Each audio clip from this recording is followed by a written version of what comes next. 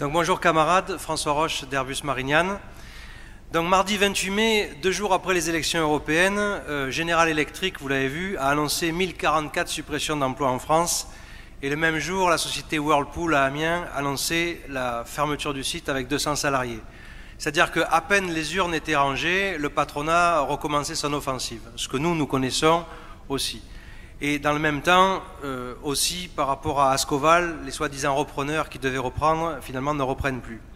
Donc le patronat lâche ses coups contre les travailleurs. Maintenant, par rapport à ça, qu'est-ce que nous on peut faire en face? Alors, il n'y a pas de recette miracle, la situation est un petit peu contre nous, on peut dire, on le voit avec le résultat des élections européennes, avec la montée de la droite, du nationalisme et du racisme. Mais nous, on peut quand même essayer de se saisir de cette occasion pour remonter le moral de nos camarades en leur disant qu'il n'y a pas d'autre avenir que la lutte. Pour ce faire, je voudrais prendre 2 exemples par rapport à Airbus Marignane, où donc, il y a 10 000 travailleurs sur le site, 20 000 dans la région, et en particulier des travailleurs du nettoyage qui sont nombreux, donc certains sont d'ailleurs dans la salle. Et donc les travailleurs du nettoyage n'avaient pas été payés, puisque donc il y avait le pont qui faisait que leur salaire n'était pas versé, et que donc comme c'est des tout petits salaires, ils se sont retrouvés certains à découvert de plusieurs centaines d'euros. Ben, ils ont fait grève, alors que c'est des travailleurs qui sont très précaires, rien de plus facile que de remplacer une femme de ménage.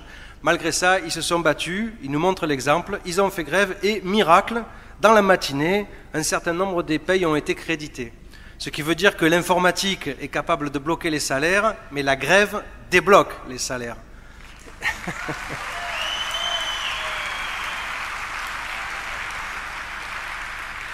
Parallèlement à ça, donc, cette entreprise de nettoyage, je la cite puisque en tant que Airbus, l'entreprise a fait 3 milliards d'euros de bénéfices, entre autres parce qu'ils ont supprimé des emplois. Vous vous souvenez de Tom Enders qui avait eu une retraite chapeau de 36 millions d'euros, 10 000 ans de salaire d'un ouvrier. Mais c'est aussi parce que tous ses amis, les patrons de la sous-traitance, dont ceux du nettoyage, profitent aussi du système Airbus et de l'aéronautique. En particulier, le patron d'Atalian, la société de nettoyage, lui, il possède en fortune personnelle, j'ai fait le calcul, environ 58 000 ans de salaire d'une femme de ménage. Ce qui veut dire que le capitalisme donne sa chance à tout le monde. Si une femme de ménage travaille pendant 58 000 ans et qu'elle économise, elle pourrait être l'égale de son patron.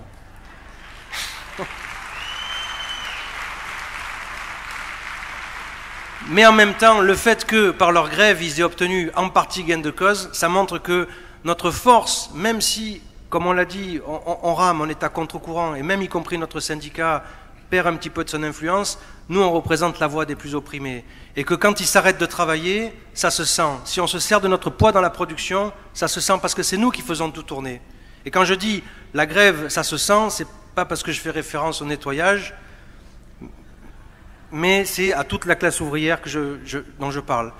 Et ensuite, je voudrais parler d'un autre sous-traitant qui est 40 secondes. Qui est donc un sous-traitant dans la zone des Florides. Alors donc, eux, ils sont menacés aussi de fermeture. Ils n'ont pas de repreneur. Et donc, les patrons leur ont dit, on ne peut pas faire d'augmentation de salaire parce que la société est dans une situation difficile. Et ils lui ont répondu, mais nous, c'est tous les mois que notre situation est difficile. C'est tous les mois que nos fins de mois sont difficiles. Et ils ont répondu par un appel à la grève demain. Alors, je ne sais pas ce qui se passera. On y sera demain avec eux. Je ne sais pas ce qu'ils obtiendront. Mais de toute façon, tous ces sous-traitants sont indispensables aux gros actionnaires Airbus pour faire leurs pièces, pour sortir leur mécanique, pour faire leur travail, et que justement c'est en se servant de notre poids dans la production et en la menace de la grève qu'on pourra peser sur l'avenir. Et je pense que c'est ça notre identité, et il faut qu'on continue à le dire, parce que la force des travailleurs, c'est la grève. Merci.